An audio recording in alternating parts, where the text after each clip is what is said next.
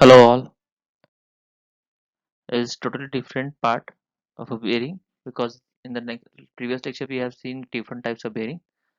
So two types of loads are acting on the bearing, that is static and dynamic load. Dynamic load, that's T.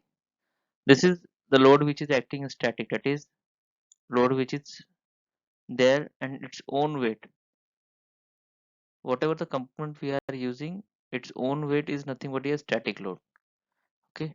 Load acting on the bearing when the shaft is stationary, and that is the shaft load, that is the weight of the shaft being bear by the bearing balls, and that is a static load.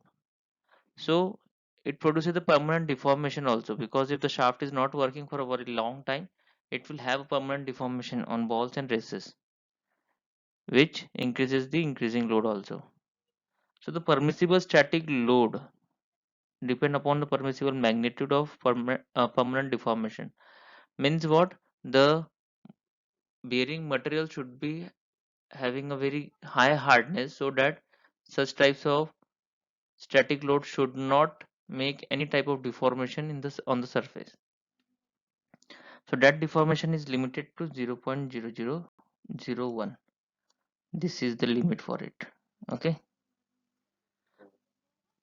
Now, therefore, the static load carrying capacity of bearing is therefore defined as a static load which correspond to a total permanent deformation, as I told you.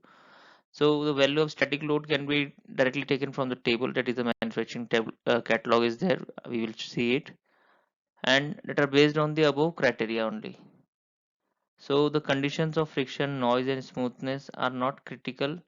A much higher permanent deformation can be tolerated, and consequently static load up to 4 times the static load carrying capacity of the permanent. That means it can bear up to 4 times the load which is on the if suppose the load it can bear it's 100 newton, then it can bear up to 400 newton static load. So 4 times it can bear. Okay.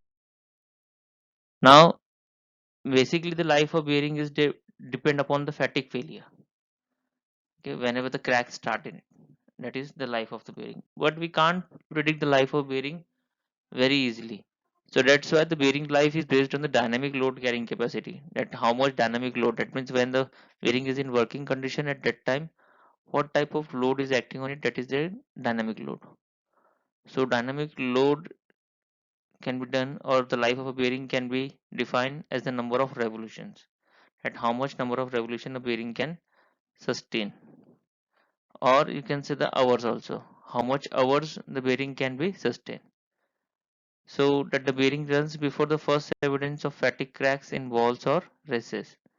So it is a trial and error method. For that a number of sample size is being selected, and based on that the bearing are rotated. That means a static and a dynamic load are acting on it, and its continued goes on working, and based on that the life of a bearing or the hours is being decided, that after how many hours the first crack generated. So the average life of a group of bearing, or the life that 90% of the bearing will reach or exceed, that is depend. That means if a sample size is suppose of 100, that means 90%, 90 bearings failing at such and such stage. So that will be the life of bearing of that sample size. So bearing is defined on that basis.